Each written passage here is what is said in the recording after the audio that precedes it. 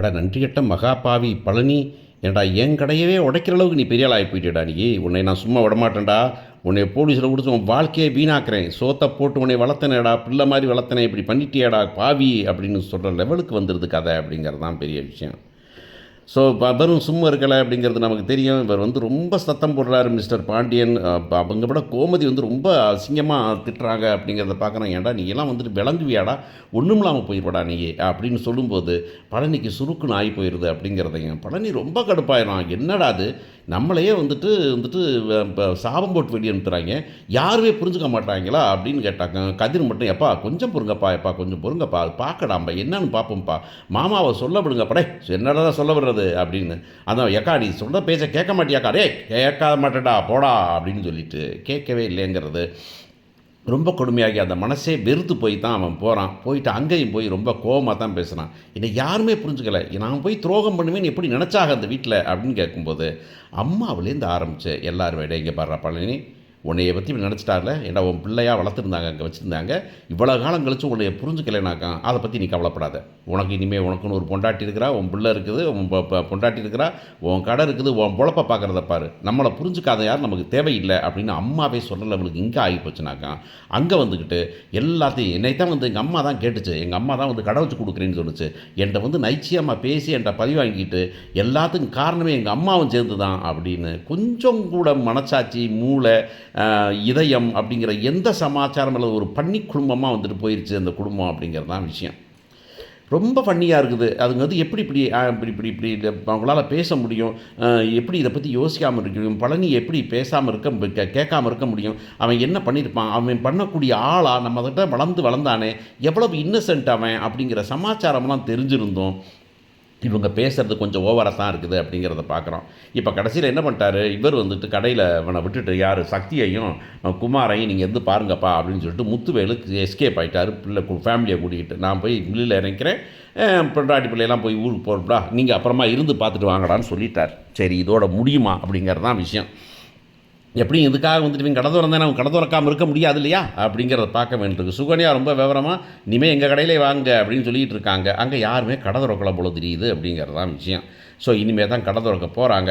போகிற வழி இந்த வழியாக தானே போய் ஆகணும். போயிட்டு இருக்கும்போதே இந்த பக்கம் போகும்போது என்னடா மூஞ்சி தொங்கி போய் தெரியுது, என்ன ஏடா 10க்கு 10 கடையை வச்சுக்கிட்டு நீ தான் மளிகை கடை வச்சுருப்ப அப்படின்னு கெத்தா திரிஞ்சியா நீயே, ஏண்டா அவ்வளவு கெத்தா உனக்கு அப்படின்னு பின்னாடி பக்கம் வந்து சக்தி வேலு பேச, இவன் இந்த பற்றி ஏனே வேணானே அப்படின்னு சொல்ல, இல்லை நான் வந்து வந்துட்டே பேசாமல் இருறா நீயே, என்னமோ ரொம்ப கோவப்படுறியான், ஏண்டா என் தம்பியை வந்துட்டு பேசுகிற அளவுக்கு நீ ஆகிப்போயிட்டியா நீ, ஏண்டா என் பிள்ளைய கடத்தி கொண்டு வச்சு என்னடா பண்ணி வச்ச நீ, சோறு போட்டு ட்ரெஸ் வாங்கி கொடுத்த அவ்வளோதானடா, அவனுக்கு என்னடா வச்சு வச்சுருக்கிற நீ, அவன் பேங்க்கில் அக்கௌண்ட்டில் லட்சக்கணக்கில் போட்டு வச்சுருக்கிறியா நீ, இத்தனை காலம் தானே கொஞ்சம் கூட மனசாட்சியெல்லாம் பேசுனியா நீ, இங்கே பாரு குல வெறியில் இருக்கிறேன் உங்கள் குடும்பத்து மேலே பார்த்துருந்துக்காங்க, நீங்கள் இப்படி பண்ணிகிட்டு இருந்தீங்க, ஒன்றும் நல்லா நடக்கிறது இல்லை அப்படின்னு சொல்லி சரவணை திமிரிக்கிட்டு வரான்.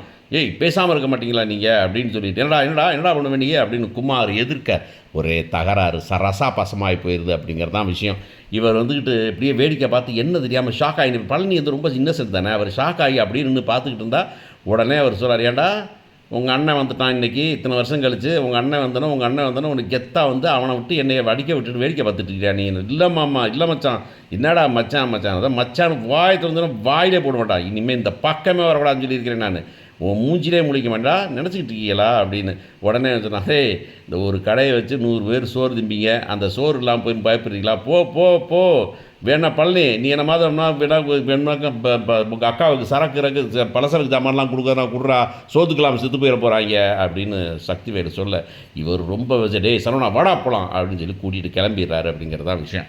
ஆனால் போகிறதுக்கு முன்னாடி எல்லாத்தையும் சக்தி வேலை வந்து ரொம்ப கேவலமாக பேசுகிறாரு பாண்டியன். நீ எல்லாம் வந்துட்டு வட்டிக்கு விட்டு ஊரை வடிச்சு முறையில் போகிறவந்தாடா நீ எல்லாம் வந்துக்கிட்ட பேசுகிறியா, நான் உழைச்சி சம்பாதிக்கிறேன்டா, யாரும் பண்ண முடியாது, இந்த ஊரில் எத்தனையோ பேர் என்னை எழுத்து பார்த்துட்டாங்க, யாரும் அழிஞ்சதில்லடா, நான் பார்த்துக்கிறேன்டா நான் அப்படின்னு, உங்களை பார்க்குறேன்டா நான் அப்படின்னு சொல்லிட்டு போயிடுறாரு. இப்போ சக்திவேலுக்கு ரொம்ப கடுப்பாகி போய் மோனே வாடா அப்படின்னு குமாரை கூப்பிட்டு போய் ஓரமாக உட்காந்து தண்ணியை போட்டு அவனை சும்மா விடக்கூடாதுடா, இவன் இந்த கடையில் பார்த்தீங்கன்னாக்கா எனக்கு அந்த அவங்க நிற்கும் போதே 2-3 பேர் வருவாங்க வந்துட்டு, நான் பாண்டியன் ஸ்டோர் கடை திறக்கல என்ன பண்ணி வந்துட்டா அங்கே தான்ப்பா போகிறேன், என்னப்பா பழனி நீங்கள் கடை வச்சிட்டியாப்பா? ஏப்பா மாமனை பற்றி பக்கத்துலேயே வச்சுட்டு ஒரு கடை வேணா வைப்பானாப்பா அப்படின்னு போகிற வரவன் இருக்கான் இல்லையா? ஏப்பா நீ கடை திறக்கிறதா கிட்ட அடுத்த தெருவில் திறக்கலாம், அடுத்த ஊரில் திறக்கலாம், எதுக்கு வந்துட்டு மாமே உங்கள் வளர்த்த அக்காவுக்கே பண்ணுற மாதிரி கடை வச்சிருக்கியாப்பா அப்படின்னு. சரி வாங்க என்ன ஜாமான் வாங்கலாம்னு சுகன்யா கூப்பிட. இல்லைம்மா பாண்டியன் கடைக்கு தான் வழக்கமாக போகிறோம், பாண்டியன் கடைக்கு தான் போகணும், அதெல்லாம் வராது, நல்லா இருக்காதுமா, இன்றைக்கி நீங்கள் வச்சுருக்கீங்கன்னு வந்துட்டாங்க, என்ன ஆகும், இத்தனை வருஷமாக நான் குடுக்கல் வாங்கல இருக்கிறோம் அப்படின்னு சொல்லிட்டு அங்கே போயிடுறாங்க. அப்புறம் இந்த கல்யாண மண்டபத்துக்காரர் வந்து சரக்கு, என்னப்பா பழனி சரக்கு கொடுக்கலாம் மாதிரி இங்கே நிற்கிற நீ ஆர்டர் கொடுக்கலான்னு பார்த்தேன் நான் மண்டபத்துக்கு அப்படின்னாக்கா. இல்லைங்க மச்சான் அப்படின்னு சொன்னேன். சரி சரி என்னப்பா என்ன கடையா, யார் பாண்டியன் ஒரு பிரான்ச் ஆரம்பிச்சிருக்கிறாரா? இல்லைங்க என்ன பாண்டியன் பிரான்ச் வைக்கிறாரு, என் கடைங்க எங்கள் கடை தம்பிக்கு நாங்கள் வாங்கி கொடுத்துருக்கோம் வச்சு கொடுக்குறோம் அப்படின்னு சக்திவேல் சொல்லிவிட்டு சொன்னாக்கா. அவர் இல்லை நான் போய் அங்கே பழனிக்கிட்டே வாங்கிக்கிறேன், இப்போ பாண்டியன்கிட்டே வாங்கிக்கிறேன் போகணுன்னு இவன் கடுப்பாயிர போகிறான் சக்திவேல். சரி தண்ணியை போட்டு ஒரு சிலம்பி டேய் இன்றைக்கி அவன் கடை இருந்தால் தானடா விற்பான், கடை இல்லைனாக்கா 10 நாள் கடையை மூணுனாக்கா எல்லா இப்போ கஸ்டமர் இங்கே வந்துட போகிறாங்க, ஏற்கனவே பழனி இங்கே தான் வந்துட்டுருக்கான் அப்படின்னு பழனிக்கு தெரியாமல் பிளானை போடுறாங்க. பிளானை பண்ணி இன்றைக்கி நைட்டு என்ன பண்ணாலும் சரிடா விட்டு வெளுத்துருவோம்டா அப்படின்னு சொல்லிட்டு ஆளுகளை கூப்பிட்டு வச்சு கடையில் காலைல எந்திரிச்சு வராரு பழனி. கடையை திறக்க வந்தாக்க கடை பூரா உடஞ்சி கிடக்குது, ஷட்டர் திறந்து கிடக்குது, ஜாமான்லாம் செதறி கிடக்குது. உடனே அப்செட் ஆகிடுறாரு. அப்செட் ஆகிட்டு அந்த பக்கமாக பழனி அந்த பக்கமாக வராப்பில் வந்து மச்சான் அப்படின்னு சொல்லி வந்தால், என்ன மச்சான் அப்படி நடக்குதுண்ணா, டேய் பண்ணுறதை பண்ணிவிட்டு நீ வந்துட்டு என்கிட்டே வந்து கதை வைக்கிறேன், என்ன மச்சான் சொல்கிறீங்க நீங்கள், எப்படி மச்சான் யார் மச்சான் பண்ணுறது, டே வேறு யாரா பண்ணுவா, கடையை திறந்து வச்சா எவனும் வரலைனாக்கா எங்களுக்கு கடையை உடச்சி விட்டாக்கா நம்ம வித்துலாம் பற்றியாடா நீ அப்படின்னாக்கா. மச்சான் என்ன மச்சான் அப்படி பேசுகிறீங்க அப்படின்னாக்கா, அதெல்லாம் முடியாதுடா, டேய் சரவணா போலீஸை கூப்பிட்றா அப்படின்னு, இவன் தான் நேற்று கடை திறந்தான் அப்படின்னு சொல்லிட்டு பண்ணிடுவோம் அப்படின்னு போலீஸில் கம்ப்ளைண்ட் கொடுத்துட்றாங்க.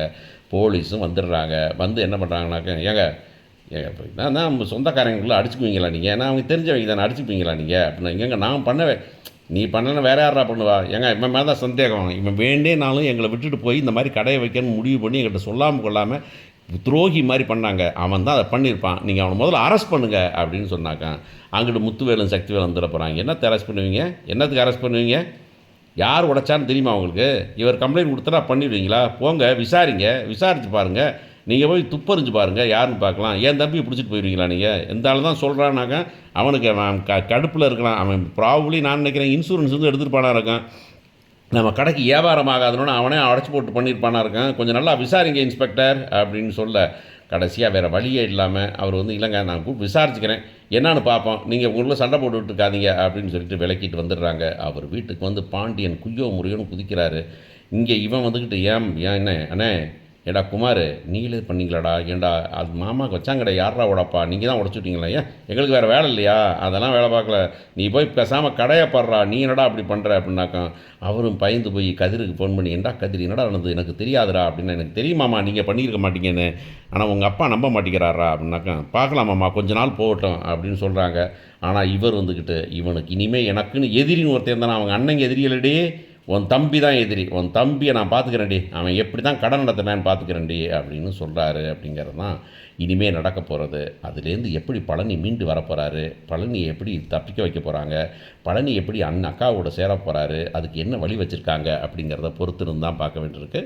பார்ப்போம். கதை கொஞ்சம் இன்ட்ரெஸ்டிங்காக தான் ஓடுது, பல பிரச்சனைகள் இருக்குது. இந்த பிரச்சனைலாம் மயில் தப்பிக்குதுங்கிறத நமக்கு பெரிய கொடுமையான சமாச்சாரம். எனிவே மயில் தப்பிச்சிருந்தா தானே அது பயப்பட பார்த்து நம்ம ரசிக்கலாம் அப்படிங்கிறதையும் பார்க்க வேண்டியிருக்கு. பார்ப்போம் எப்படி போகுதுன்னு.